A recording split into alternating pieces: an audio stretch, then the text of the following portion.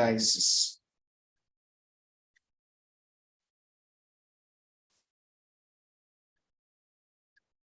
It is for a period, and this index has a base year.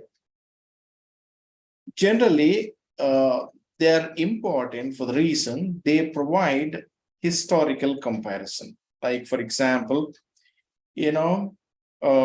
long back, when I started teaching this security analysis and portfolio management, for the first time, the stock market index was 6,000. Okay, BSE Sensex was 6,000.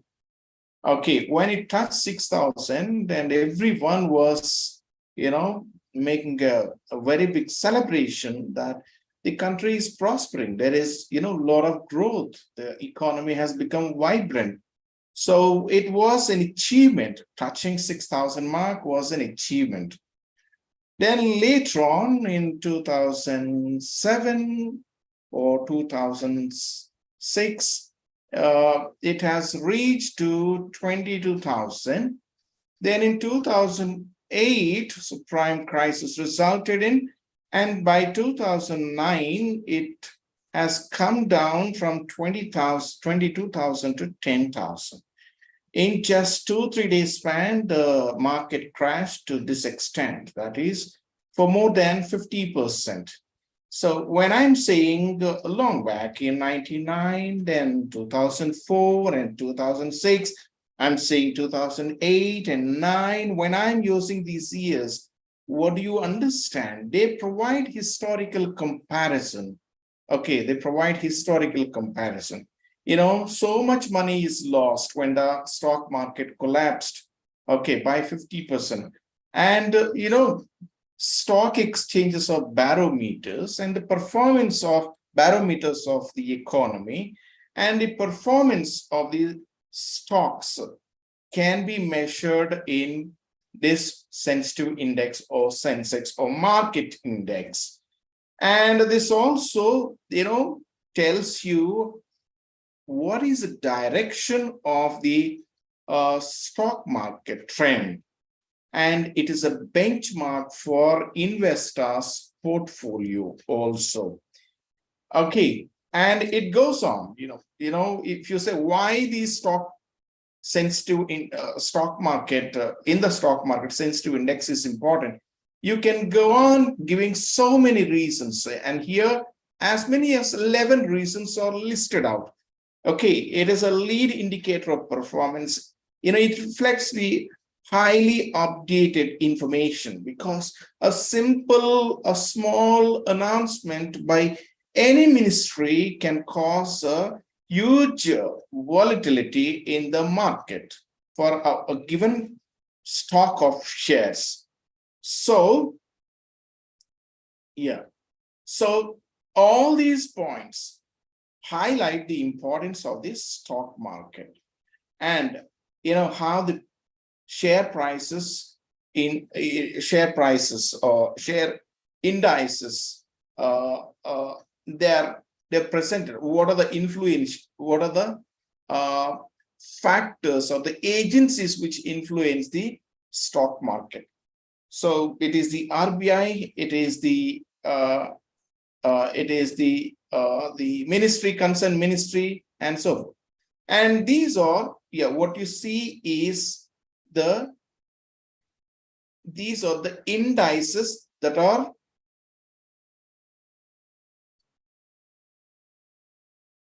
presented in India. Okay, popular indices presented in India.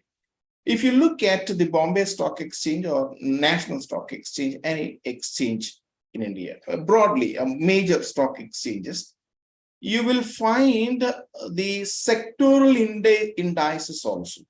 The sectoral, like, for example, banking. Okay, for banking, you have a sectoral index.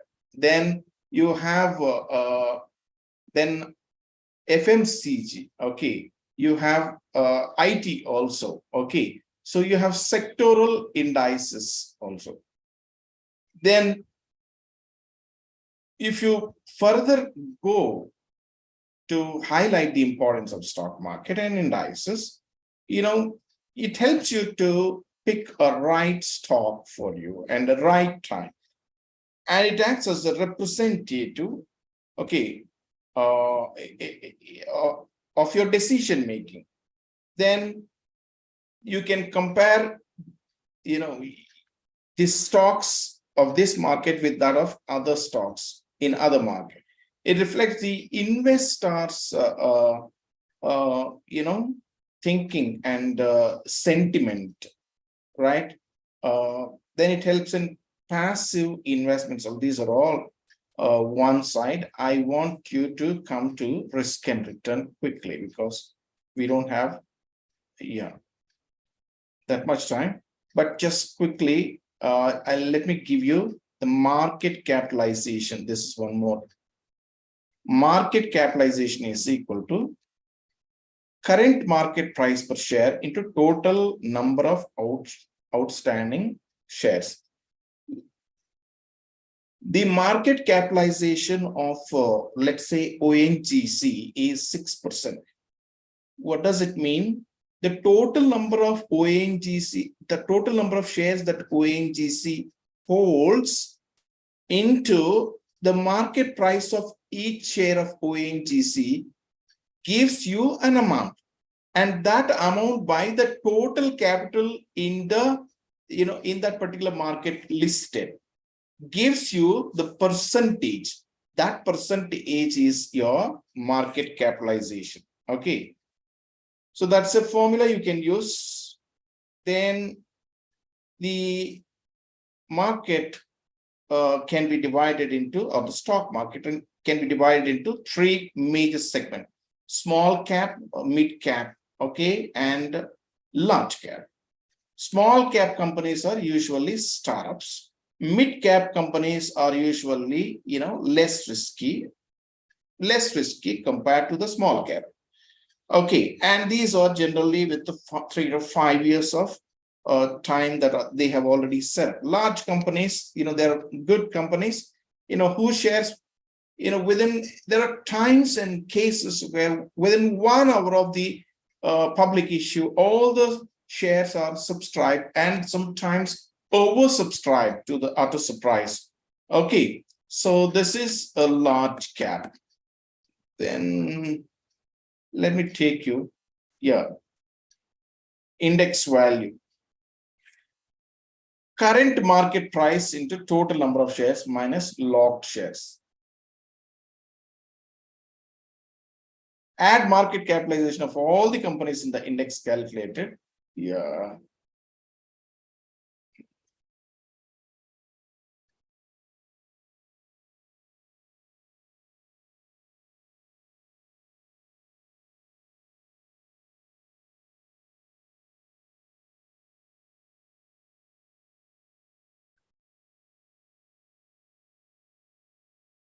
Go through this. I will just give you the gist of the meaning of these paragraphs. Just have a look at while you're listening to me.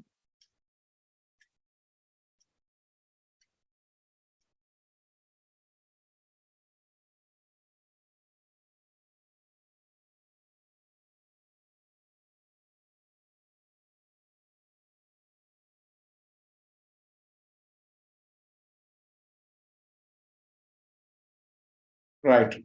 This entire thing can be discussed in just 1 minute. There is a base year, and if there are 10 company shares listed with a particular stock exchange, and those companies, when they are registered, may carry some value, some market price, and the face value may be different. And as the time passes, the companies are also doing good. Some companies are doing bad, and it is moving forward. The time is moving.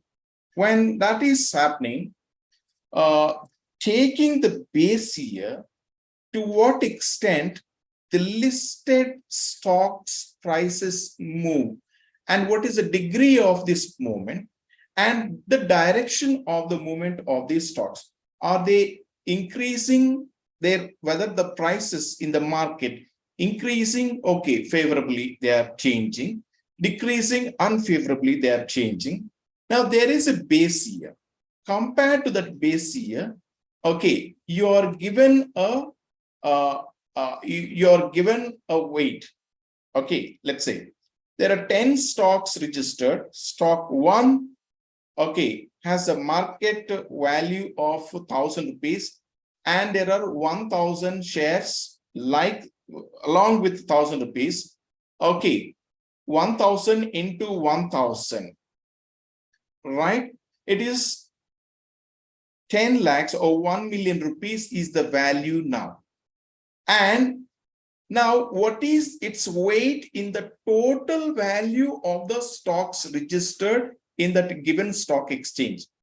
Now, let's say the total worth of money belongs to this particular capital of this particular stock is, let's say, 1 million, another company 2 million, another company 3 million, another company 5 million, like that. If it is going, all constitute a total capital of, let's say, 1 crore.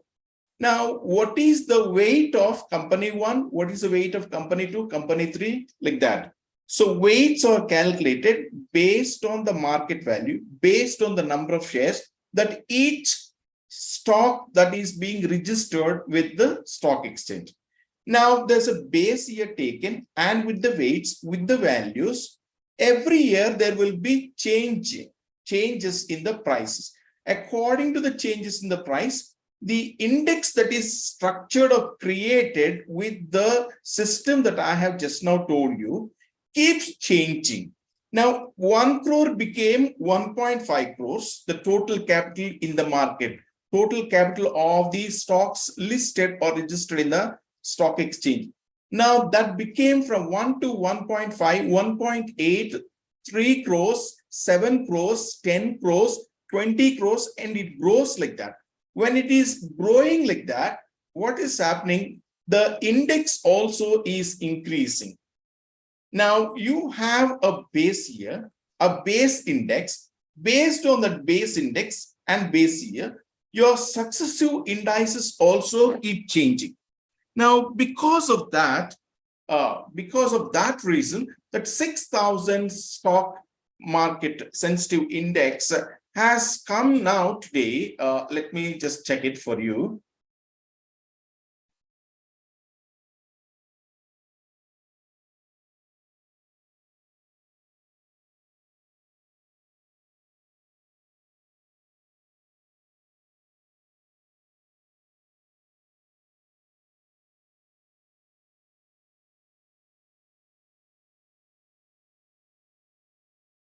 Yeah, today, not today, previous close, I'm saying. The previous close is 63,580. Okay, so look at this. It is 10 times increase, right? So this is how this happens because of the increase in the prices. How the price increases because of the pressure on those stocks. Many people want to buy those stocks, and therefore the price also increases. Now, factors affecting the sensitive index in an economy like India. Economic growth, just as we saw, 20 years ago, the technology that we are using, the GPay, the chat GPT that we are using, we never heard about it. At that time, ATM itself was, in 80s and 90s, ATM, debit card and machines, they themselves were, advanced technology. And today, you don't need to go to ATM. At the time, you don't need to go to bank. There is a machine set here and there. You can go to that machine and use your plastic card to get your money. That was the order of that day, and that was innovation in those days. But today, the technology has grown to such an extent. We say, just give me a minute, just in 1 minute or less than 1 minute, I can transfer 50,000, 1 lakh, and like that over a click. The technology resulted in economic growth, and economic growth also results in increased or hiked sensitive index. If the government is also stable, everyone who comes to the power would struggle to in an economy like India. The dynamics are so wide, so large from Kashmir to Kanyakumari, diverse scenarios we find, and it is very difficult to warrant the stable government. So because of this, these dynamic situations, the growth may not be impressive. The stocks also may be volatile. And the government policy also plays a significant role, whether the government is welfare oriented or growth oriented or wealth oriented. Then growth of industries also move the sensitive index. Then corporate results also move the sensitive index. All these are interlinked. You cannot separate any of these factors. And in addition to this, you have demand and supply, as I told you. Then you have external resource factors like, the raw material that is supposed to be imported for the bulk drug manufacturing in India.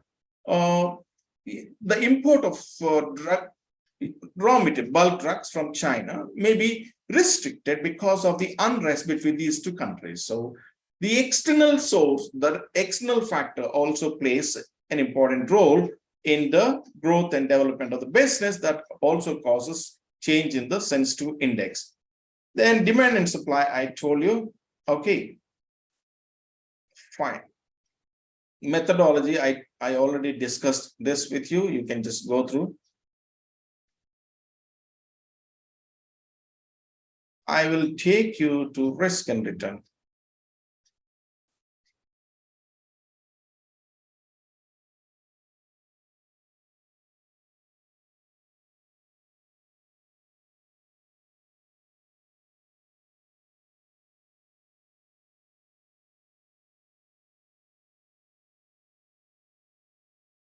Just give me a minute.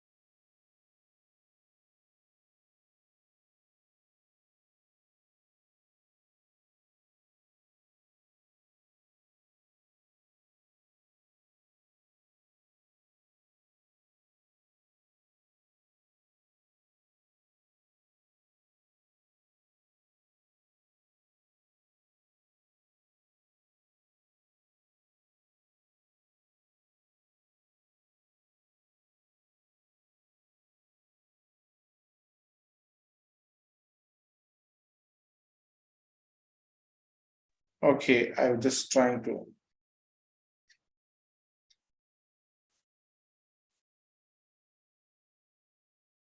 Yeah, good evening. I'm trying to search for a document. Yeah, I think I'm back to the screen. Can you see the material? Risk and return? Yes, sir.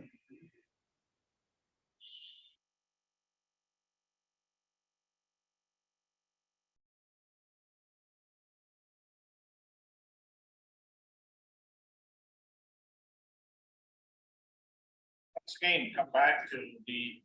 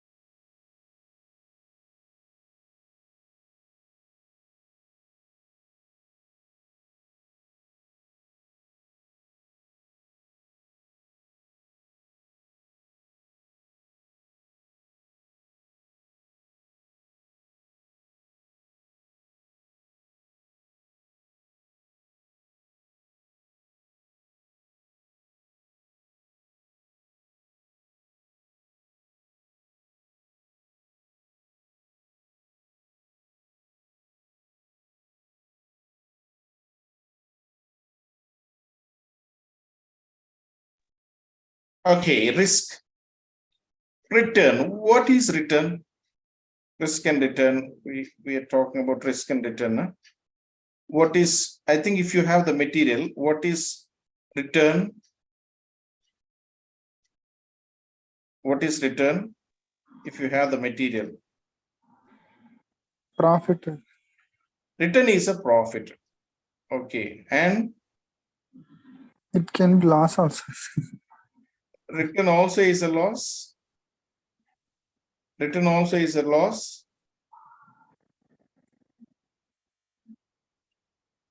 Yes. Others, please.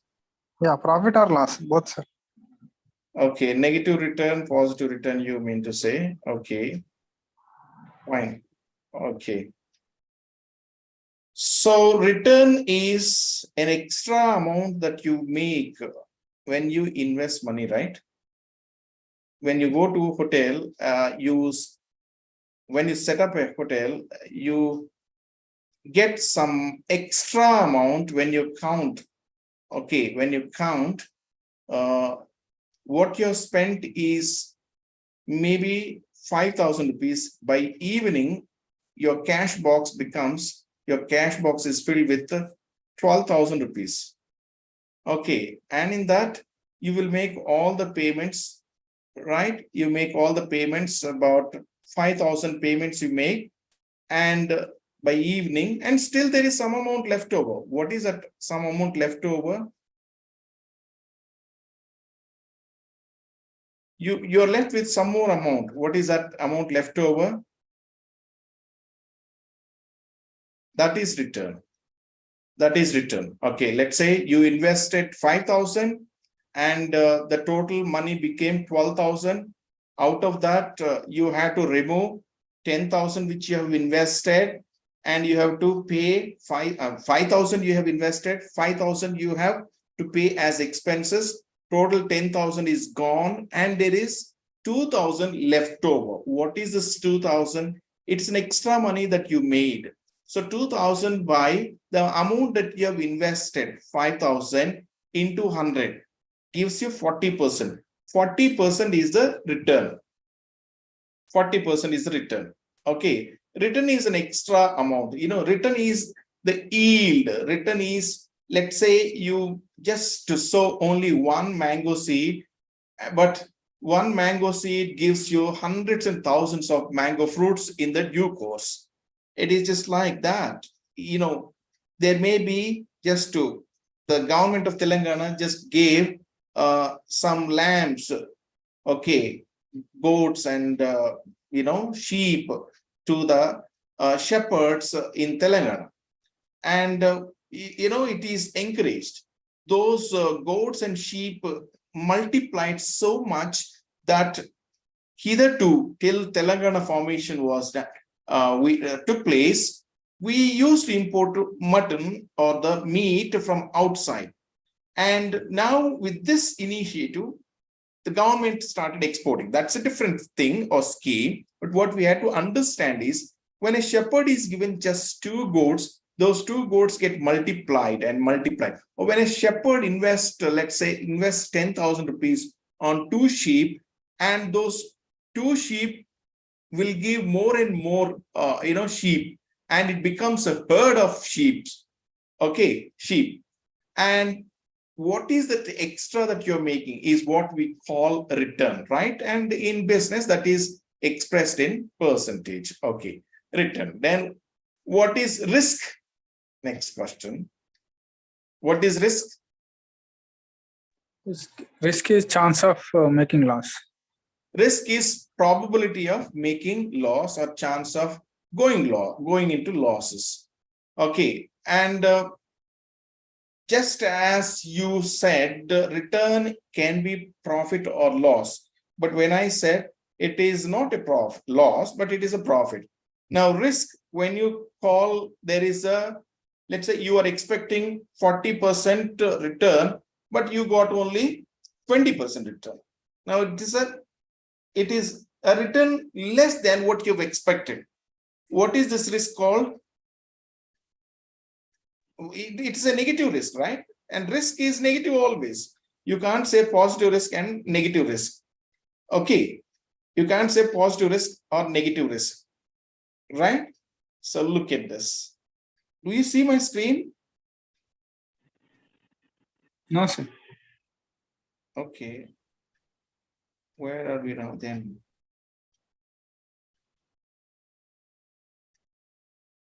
Just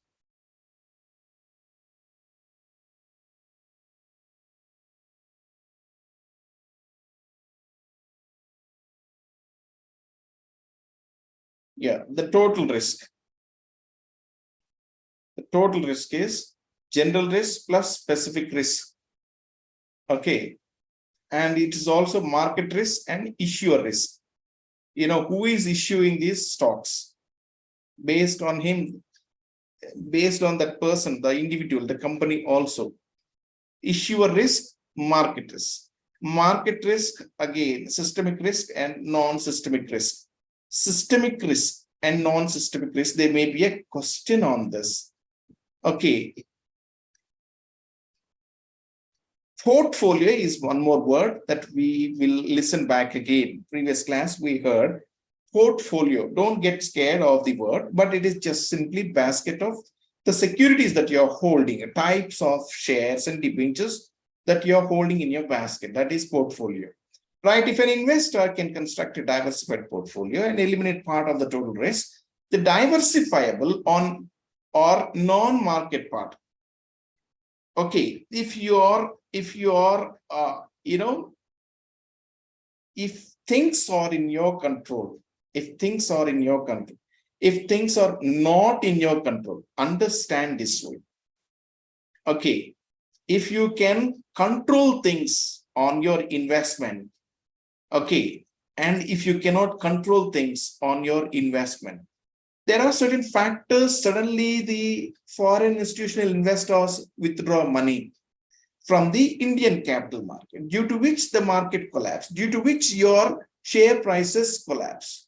Okay, and that is not in your hand. That is not your fault. Okay, not being able to observe the market trends is your fault. That's okay, but at times that is also not completely under your control.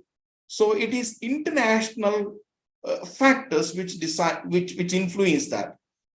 So, but there are certain things that you can. There are certain things. If a particular stock is not making well, not doing well, then it is better that a wise decision of withdrawing from that stock and investing in another stock of the basket of securities that you're holding, right? Systematic risk. The investor cannot escape from the investor cannot escape from the risk. That is systemic risk. Okay, the systemic risk,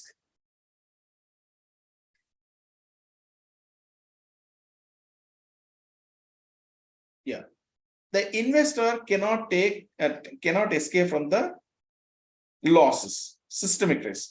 The investor can control things. Non-systemic risk. Okay, non-systemic risk also, non-systemic is in the hands of the investors. When it is in your hand, what you can do, you can diversify and avoid that risk because that is in your hand. Okay, instead of holding too many shares of the same company, you will reduce the component, diversify in such a way that even if one company shares are not doing well, the other company shares will take care of it. So, that adjustment is in your hand, diversifiable. That's a non-systemic risk. Systemic risk is not in your hand. It is non-diversifiable risk. Okay, systemic risk is non-diversifiable risk. Right? Yeah, unsystemic, control and diversifiable. Systemic, uncontrollable, not in your hand. So this entire thing is this only. Okay, you have market risk, interest rate risk, market risk. Okay, variability in the returns. Then interest rate risk. Yeah, interest rate fluctuations in the market is interest rate risk. Then purchasing power risk. Yeah, purchasing power risk, also known as inflation risk. Right. All this in light of our discussion, you can go through. Probability. Okay, probability of making law, probability of making returns, probability of making loss, probability. Okay. So probability is used in estimating the returns for a stock. Then you also have standard deviation. Now it is both standard deviation and probability are used, and these are the problems. Beta is the measure of systemic risk. Okay, beta is the measure of systemic risk.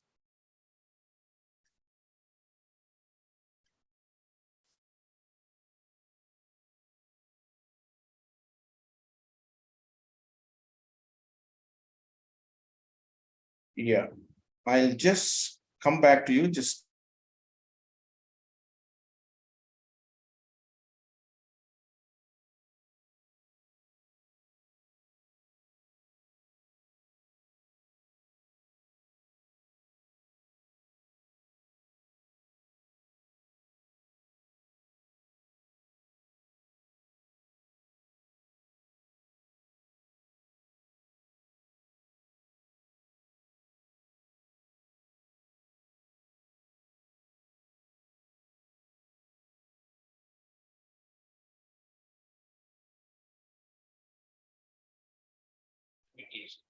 we are talking financial assets, even if you look at real assets, people go for diversification. You know, when we were small children, we knew an English newspaper called News Time. News Time is the English version of Eenadu Telugu newspaper. Right. For some time it was doing okay, because Eenadu was successful. They started another version, English version. Then it didn't do well. Then likewise, Soma soft drinks was one of the products, and it was not able to compete with the other soft drinks available in those days. So there's a successful newspaper, Eenadu, but there's a failure News Time, and there is a successful product called the Priya Pickles, but there's a failure of Soma soft drinks, right? And for a quite long time, the film city of Ramoji Film City, it was also not doing well, but it took nearly a decade to consolidate itself, its position, and withstand all the financial, chaos, right? So people go for diversification to mitigate the risk. So therefore, we go for different combination of the financial assets. I'm not talking about the physical assets, but the financial assets. So diversified portfolio at least should consist of securities which are not, perfectly positively correlated. Please bear that in mind. Now, I mean to say the stock should not go hand in hand. What is that? If one stock is going in one direction, or let's say upward direction, the other stock also is going according to that direction, then you're at risk, or stocks or your investment is at risk. It is because the stock that goes up may also comes down. When it comes down, your other stock also comes down. So therefore, don't select stocks which are perfectly positively correlated. Another logic or principle that you should bear in mind is a portfolio should contain some high risk and some low risk securities, a combination. Okay, in marital relations, God always, he unites the people, the man and woman as couple. If the husband is too fast, too energetic, the wife is conventional and goes with the slow pace. If the husband is spendthrift, the wife is conservative in spending, or if the wife is spendthrift, the husband is conservative. Look at this. They don't go hand in hand. It appears there's a perfect mismatch, but no, they are not positively correlated, which is good for the family. Let's say if both of them are spendthrift, now they'll become bankrupt in no time.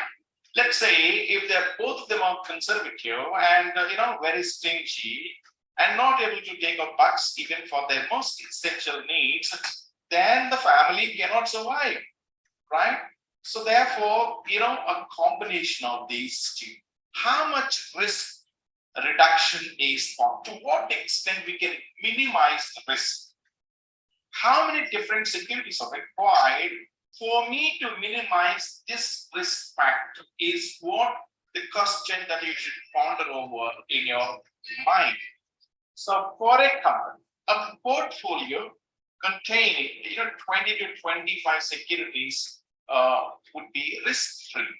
For an individual, if you're an individual investor, so a portfolio of at least 7 or different securities, that's good. Yeah, when I invest, I also used to invest, 2 or 3 stocks, but that's a wrong way of investing. At least 7 different securities are considered good. Okay, right? You can minimize risk. Okay, but what are the kinds of types of risk that you see for your securities? There's a systemic risk or systematic risk. Earlier also, I was talking about systematic risk and unsystematic risk. Systematic risk and unsystematic risk. What is systematic risk? This is a risk which affects overall, this effect comes from the overall market fluctuations. The economic position, it results out of tax reforms, in a market as a whole. Okay, so the change in the world energy situation or any of the economic factors may cause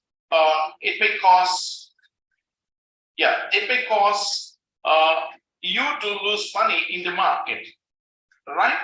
Now, one small mistake happened one small simple mistake happened in the US. It is not mistake, it's rather negligence. And that small negligence, what is that? Ruthlessly, they started lending money to anybody and everybody to banks to apply for the banks. The mortgage loans are sanctioned. What is that? Home loans are sanctioned without checking their credibility. As a result, all of them or most of them have become bankrupt, unable to pay the EMIs. And when you had to recoup money, there's no money with the customers. Finally, you had to take over the homes. Who are the customers who will buy these homes that you have taken over? You had to auction. When it is auction, there's no taker for the auction that you have announced. As a result, what happened? All the money that they have invested all over the world in different markets, they have withdrawn. Let's say from Bombay Stock Exchange, they have invested in 150 or 160 companies. So they have withdrawn that money through their FIs or institutional investors. Now it is like this. When there's a problem there, they have, that's a fixed deposit they have deposited with a mutual fund, and that money is kept here. When an investor who has invested in mutual fund in the United States withdraws money, what happens? That company withdraws money which it has invested in the Indian market through Bombay Stock Exchange in companies. So when one customer does, and along with many other customers across the country did it, the whole money is siphoned out of the Indian market. When it happens, the stock market just collapsed, and all your stocks, which were trading at 1,200, 1,300, 1,500, have come down to 50% low, 600, 700 it became. So look at it. This is what I'm just telling you. There's a risk that you had to face, which is not in your hand, which is not in your control, right? This is systematic risk. Systematic risk is the one that affects the overall market, not just you alone. You are not responsible for it. It is not your fault that you're facing this risk, and you don't have any control over this, right? But this is arising out of market conditions. One of the factors in the market may cause this risk, right?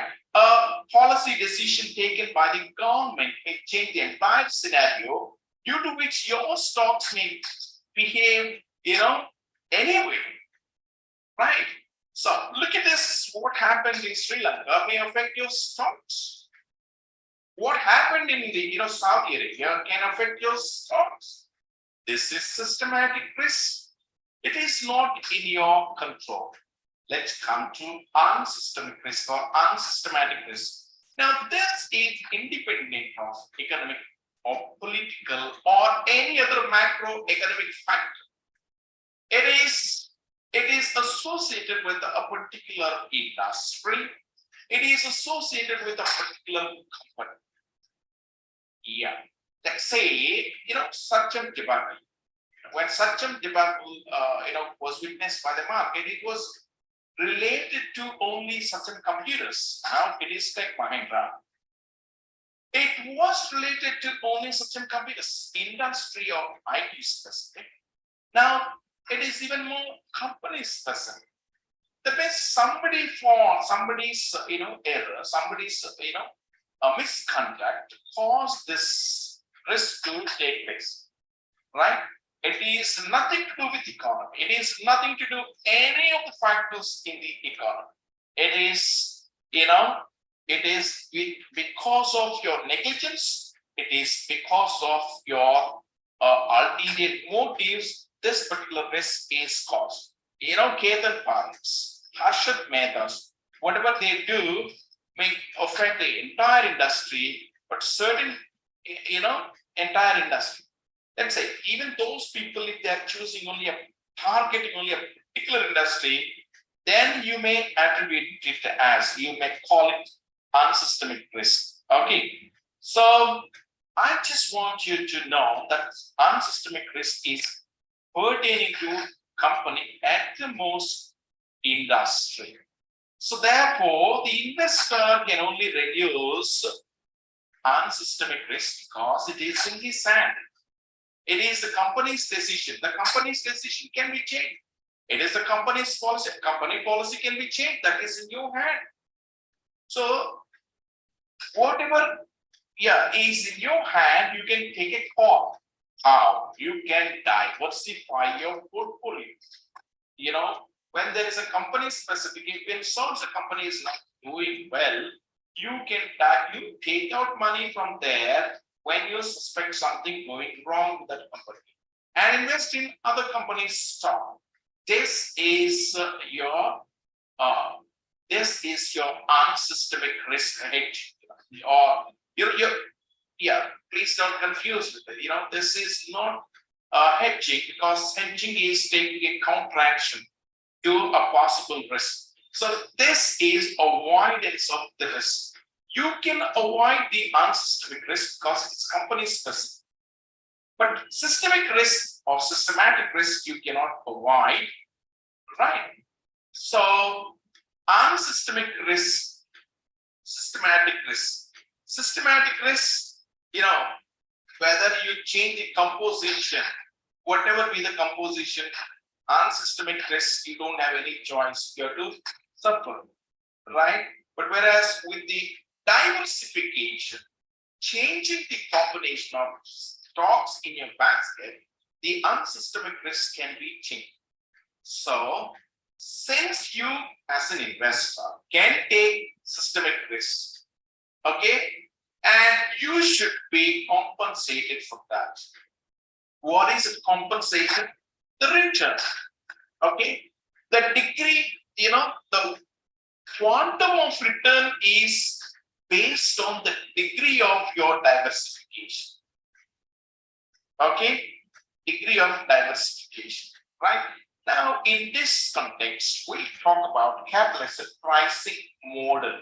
Let's look at CAPM, capital asset pricing model. Okay, CAPM is developed by William Sharp in 1960s. Okay, and he says the relationship between the expected return, the systematic return, and the valuation of securities. It is a relationship between expected return, systemic return, and value of the security. The value of the security, in other words, depends on your expected return and your beta. Systematic risk is denoted with beta. Look at the equation, what I have explained to you. Sharpe gave this equation. Okay, the return on a stock or a portfolio of stock should be equal to its cost of capital. Okay, what is that? Required rate of return on the security. So the required rate of return on the security is the risk-free rate plus the risk premium multiplied with its beta, which is unsystemic risk. Okay, so beta is systemic risk. Beta is systemic risk. Sorry. Beta is systemic risk. Okay. Now, let's come again. Return is equal to RF. What is RF? Risk-free rate. What? You take your money and put it in government bonds. No risk at all. You get little revenue, little yield, an interest. Let's say that interest is 5%. RF is 5% plus RM. Okay. If you're keeping this in a stock market, it gives you 10% return, but that is very risky. The stock may go up or come down. It may go up to 15 or 20. It may come down to 7 or 4. That's a market security. There's no guarantee. But this 5% which you are guaranteed by the bond, by the government, you will get it. Even if things go wrong, the government still guarantees you to pay that 5% on your bond. So RF is a risk-free return plus the return on the risky security is RM. Okay, expected market return means if you keep this money in the market, your money is at risk, but you get 10%. Right? And risk-free rate already I told you. Now, the difference between risky return and risk-free return is known as risk premium. Look at this. The RM is market return and RF is the risk-free rate. The difference between these two is known as risk premium. You are paid 10% over and above the risk-free rate, that is 5%. Over and above that is, 10 minus 5 is 5. 5% is risk premium. What is that? It's a compensation for taking risk of investing in a security in the capital markets, right? So a minimum that I get is 5% plus, this is without taking any risk, simply saying monthly getting, right? So risk-free rate 5% plus a risk premium of 5%. This risk premium is multiplied with the systemic risk beta. It is multiplied with, it is multiplied with systemic risk beta. So let's say if this beta is 0.5 or 50%, then what happens? So 5 multiplied with 0.5 gives you 2.5. 2.5 plus the risk-free rate gives you return. Gives you return. Okay, so R is equal to RF plus RF minus RF multiplied with systemic risk called beta.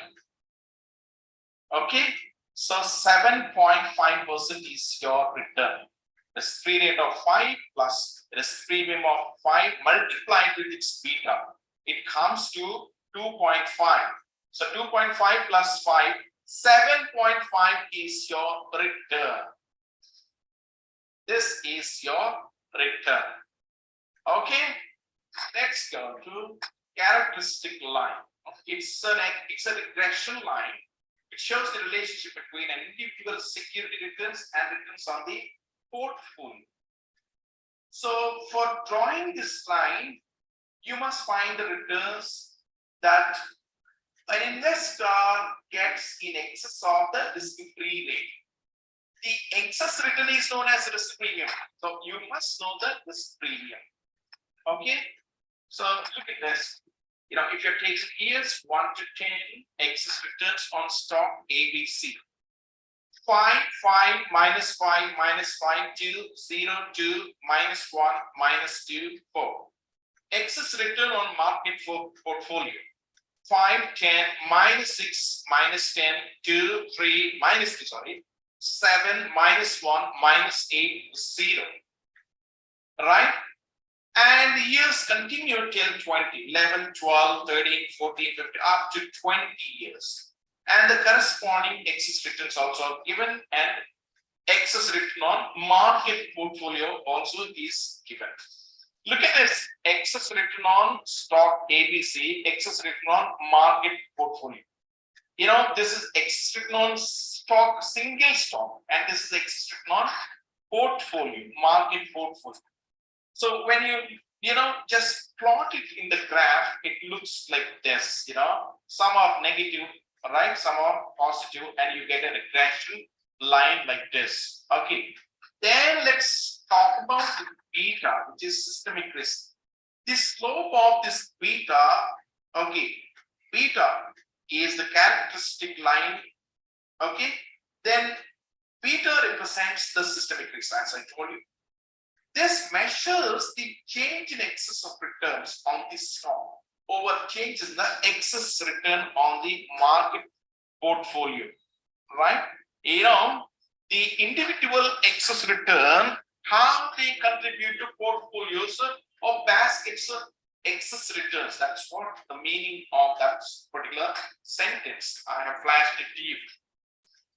Let's talk about beta is equal. What this means.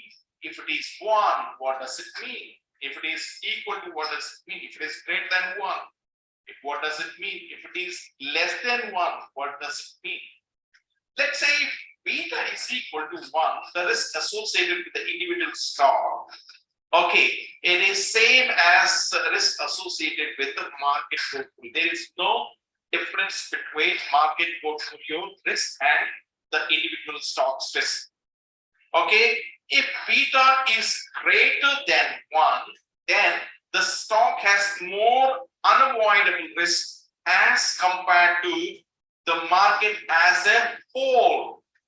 This kind of stock is generally an aggressive, you're an aggressive investor. Very often people are known as, people called by nickname, he's an aggressive investor. There's the talk among the active investors or the stockbrokers. He's an aggressive investor. He's not scared of any market situation. He takes risk and he also makes money. So, yeah, what is that? It is unavoidable as compared to the market risk. This stock has more unavoidable risk. More unavoidable risk. Unavoidable is systemic risk. Unavoidable also is known as beta, denoted with beta. Fine, let's come back to beta if it is less than 1. The stock is less risky as compared to the stocks in the market portfolio. Okay, it's less risky. Beta is less than 1. And this, people engaging themselves in this kind of stocks they are defensive investors. And the investment is defensive investment. He plays a safe player, he doesn't take any risk. Okay, whatever I get is enough or okay for me. I'm not so too greedy. I'm not too enthusiastic with regard to making money from the market. So he's a defensive investor. Right. Now we'll come back to the equation. R is equal to Rf plus Rm minus Rf multiplied with its beta. What is this? CAPM again. Capital asset pricing model proposed by or given by Sharpe, William Sharpe. You know, the man known for security analysis, right? For that, you know, for the simple equation, you know, these people were nominated for Nobel Prize in economics. In those days, it is economics, even though now we study it as finance, right? Even Morgan and Miller. So even those people got a Nobel Prize for their hypothesis, hypothesis, right, in economics, not in finance. Now this is separated as a separate discipline as finance. Now, suppose the risk-free rate of your security is 6%. We'll take an illustration. And the market rate, you know, if you are investing the same money in the market, it gives you 12% and its beta is 1.25. Then the required rate of return for the security would be 6 plus 12 minus 6 multiplied 1.25. Just this is the equation, right? This is the equation. 6, you know, RF is 6 plus RM is 12 minus RF is again 6. 12 minus 6, 6. Okay, multiply with the beta, which is 1.25, and add it to 6, which is risk-free rate. That gives you 13.5%. Okay, now you can also look at one more example. If beta is equal to 1.6, then what is, you know, all other things remain constant. Your risk-free rate is 6%. And your market risk or market return also is market rate also is 12%. 6% risk-free rate, market rate 12%. Only thing changed is your beta. Beta changed from 1.25 to 1.6. What happened? 15.6%. What is that you see? What is that you see? You know, we see greater the value of beta, greater the systematic risk. And in turn, the greater also is your required rate of return. Yeah, that's what, you know, there's a greater risk. You know, bigger beta means bigger risk. But there are also bigger returns, right? The required rate of return is 15.6 when the beta rose from 1.25 to 1.60. So please conclude this way. Bigger the beta, greater the systematic risk, and also greater the required rate of return. You got a return of 15.6. While, you know, when the beta was 1.25, it was only 30.5. Okay. So security market line, you may have, or you may come across a short question on this. Security market line, you know, it explains the linearity between the expected return and systemic risk measured by its beta, right? It's once again, it describes the linear relationship between the expected return and systemic risk measured by its beta. This is security market line. You know, you're plotting beta on the x-axis and risk-free rate on the y-axis, and also returns are there.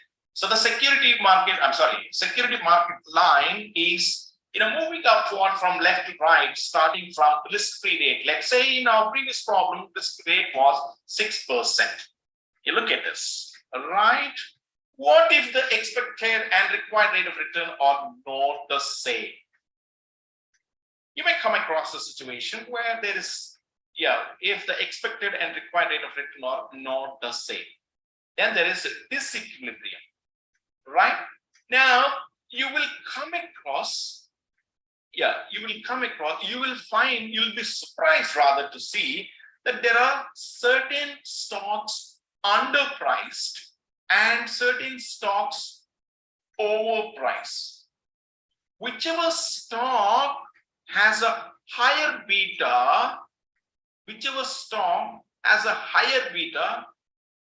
okay, is underpriced. Okay, whichever stock has lesser beta is overpriced, right? So the returns are very high. Okay, look at this. There is a security market line which starts from 6, let's say. The returns are plotted on y-axis, right? Let's say if you're plotting 1, 2, 3, 4, 5, 6, 7, 8 up to 10 on y-axis. Let's say this SML, security market line, is starting from 6. On the, along with this line, if there are some stocks falling above this line, they're underpriced stocks. Below this, they are overpriced stocks. The yellows are underpriced and the greens are, overpriced stocks. Right. So that's it for the day. If there are any questions, please feel free to shoot it to me. Right.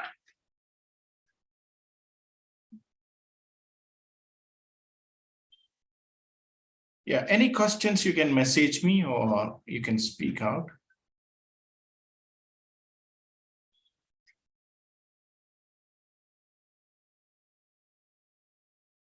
If no questions, we will stop it for the day.